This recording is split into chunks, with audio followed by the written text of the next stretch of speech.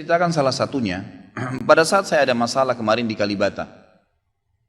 Ini untuk diambil ibrah saja. Restoran saya buka 2 tahun 8 bulan. Kemudian saya pertemukan antara omset sama bayar sewa dan service charge-nya. Karena di mall ada service charge maka tidak cukup, tidak berimbang. Saya merasa selama hampir 3 tahun tidak mendapatkan keuntungan.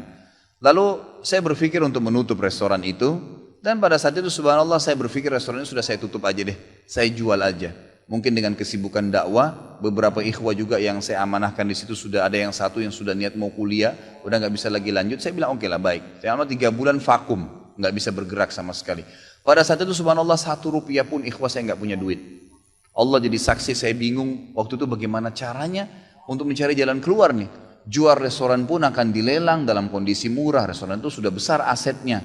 Ini gimana caranya, saya nggak punya duit. Mindahin ke tempat lain butuh uang untuk sewa. Gitu kan, membuka lagi butuh uang yang baru untuk membayar sewa yang tertunggak, gitu kan, tidak dibongkar juga akan dibongkar paksa. Ini kalau ada waktu tentu sampai waktu tentu, kalau tidak ini akan dibongkar paksa. Subhanallah, godaan luar biasa. Ada yang masuk saya tidak tahu dari mana, SMS masuk HP saya, pinjaman dengan bunga yang ringan 250 juta sampai 750 juta terus dari banyak perbankan saya nggak tahu tiba-tiba masuk, saya tidak pernah iyakan, selalu. Gitu kan, saya cuma berusaha ikhtiar berdoa sama Allah, tawarin kepada orang kalau ada yang mau punya saham dengan saya. Subhanallah, pas titik klimaks 3 bulan kemarin, 3 bulan tutup ya sementara, dan saya sudah berpikir mau jual pun sempat saya tawarkan belum ada yang beli. Saya tiap hari saja berdoa. Di masjid ini saya kedatangan seseorang, jemaah pengajian saya, bukan jemaah pengajian sebenarnya, dia rutin mengikuti ceramah kita ya yang diupload di YouTube dan tinggal di Paris. Orang Indonesia, orang kita tapi tinggal di sana. Datang selama ini dia selalu kalau saya punya program gali sumur diikut. Ada program kemarin badal haji, ditipin uangnya. Selalu program sosial diikutin sama dia. Subhanallah pada saat lagi dia bilang sama saya SMS, Ustadz saya mau ke Jakarta, saya ingin hadir pengajian Ustadz langsung. Saya bilang baiklah kalau gitu silahkan fadhal. Selesai pengajian kita, waktu itu selesai jam 9 malam, kurang lebih seperti jam-jam seperti ini. Lalu kemudian dia datang sebelah saya belum pernah lihat orangnya. Lalu dia salaman sama saya, dia bilang, Ustadz saya Pak John Firdaus, dia bilang sama saya gitu.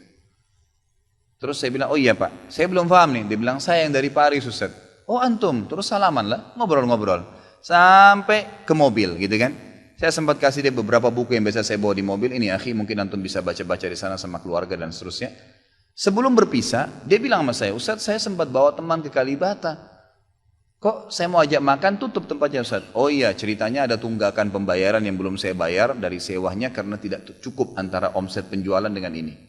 Oh gitu Ustaz iya. Kira-kira butuh berapa biaya? Saya bilang mungkin saya butuh sekitar 250 juta untuk memutar kembali restoran ini. Karena butuh ada tunggakan 168 dan saya harus dengan biaya operasional sekitar 250 juta.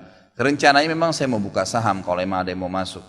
Dia bilang sama saya tiba-tiba ini cuma mau berpisah di sini di depan masjid ini, dia bilang sama saya, Ustadz kalau Ustadz bilang saya baru saja kemarin masukin anggaran dana saya 400 juta di satu perusahaan. Kalau saya tahu saya akan ikut sama Ustadz. Ya sudahlah akhi, qadarullah nggak apa-apa gitu kan. Tapi kalau emang Ustadz mau saya coba pikirkan nanti saya pertimbangkan kira-kira berapa. Saya bilang saya akan buka saham 250 juta itu 10% dari omset antum akan ambil. Karena aset restoran sekarang 2,5 M. Baiklah dia bilang sama saya gitu. Saya pulang ke Paris ini hari Senin saya berangkat. Saya bicara sama istri, saya langsung kasih berita ke Ustadz lalu saya kasih. Baiklah saya bilang kalau begitu. Dia pulang subhanallah, saya pikir ya sudahlah. Ini mungkin dia mau pertimbangkan lagi. Malamnya, pada malam itu juga, dia tiba-tiba SMS ke saya, dia bilang Ustadz setelah saya musyawarah sama istri, saya akan transfer ke Ustadz dengan jumlah 250 itu. Supaya bisa bergulir dan saya siap mengambil 10%-nya.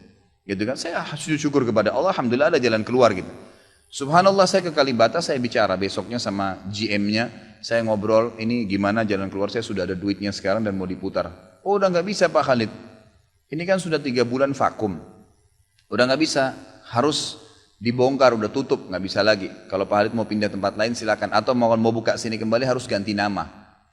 Baiklah, saya coba kembali kepada Allah SWT lagi berdoa, ya Allah berikan petunjuk, ada apa sebenarnya ini, bagaimana jalan keluarnya.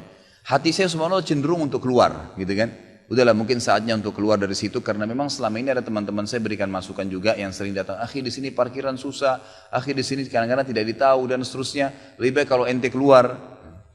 Saya tiba-tiba berpikir mungkin saya keluar deh. Saya iseng aja di condet saya muter-muter, coba deh saya cari ruko, mungkin ada. Dengan 250 juta daripada saya bayar ke Kalibata, mendingan saya sewa ruko, mungkin bisa sewa 2 tahun, ya, mungkin 75 juta, 100 juta per tahun, saya bisa dapat 2 tahun, lalu saya coba gulirkan lagi. Dengan izin Allah, di depan rumah, di Jalan Raya Condet itu dekat rumah orang tua saya, ada satu ruko, 2 ruko disambung, 3 tingkat, dan ruko itu bekas travel haji umroh gitu kan. Pas dipasang spanduknya disewa, dikontrakin gitu kan. Saya langsung tanya, saya telepon, setelah saya tinjau beberapa lokasi, kemudian saya tanya telepon. Dia bilang boleh, silakan Bapak lihat. Saya lihat ke dalam, cocok alhamdulillah 3 lantai itu. Kemudian saya tanya sewanya, ternyata dananya juga mencukupin gitu kan, dananya mencukupin. Lalu kemudian saya mulailah ya proses, saya bayar sewanya, kemudian saya juga proses pemindahan, dan insya Allah dalam waktu dekat akan dibuka. Tapi saya melihat dari pelajaran sini ikhwah, bahwasanya jalan keluar dari Allah itu ribuan, jutaan jalan keluarnya. Sabarin aja, nikmatin prosesnya. Setiap penawaran haram, tolak, jangan pernah mau. Dengan izin Allah akan ada jalan keluar. Tidak ada. Kata Nabi SAW, "Man taraka syai'an lillah abdalahu khairan min." Gitu kan? Jadi tidak ada sama sekali. Subhanallah, pada saat itu saya harus bayar sewa 225 juta. Uang sisa 250 juta pada saat itu. Terus kemudian saya sempat telepon ke akh itu lagi, ya, Pak John, semoga Allah jaga beliau. Saya sempat telepon, kemudian saya katakan, akhi, kemarin antum bilang antum sempat masukin dana 450 di 400 di Jakarta itu. Bagaimana kalau antum tarik uang itu, kalau masih bisa, kita gabungin aja. Saham kan per 250 juta itu ada 10%. Antum ambil aja 30% dari semua total omset penjualan nanti. Tidak usah dengan 750, dengan 650 saja, gitu kan? Dia bilang kalau itu sudah nggak bisa Ustaz. Tapi memang coba saya pertimbangkan deh. Saya akan coba hubungin teman-teman di Paris ini yang sudah biasa, yang kenal antum, gitu kan? Kalau yang kenal antum mungkin mereka bisa. Baiklah, fadhal. Subhanallah, besok dia SMS lagi ke saya. Ustaz, saya sudah musyawarah dengan istri, ternyata saya punya dana cukup 650, kami yang pegang semua saham itu. Ditransfer uang semua ke saya. Yang tadinya saya dari 1 rupiah tidak pegang duit, masuk uang 650 juta ikhwah, tidak masuk di akal, gitu.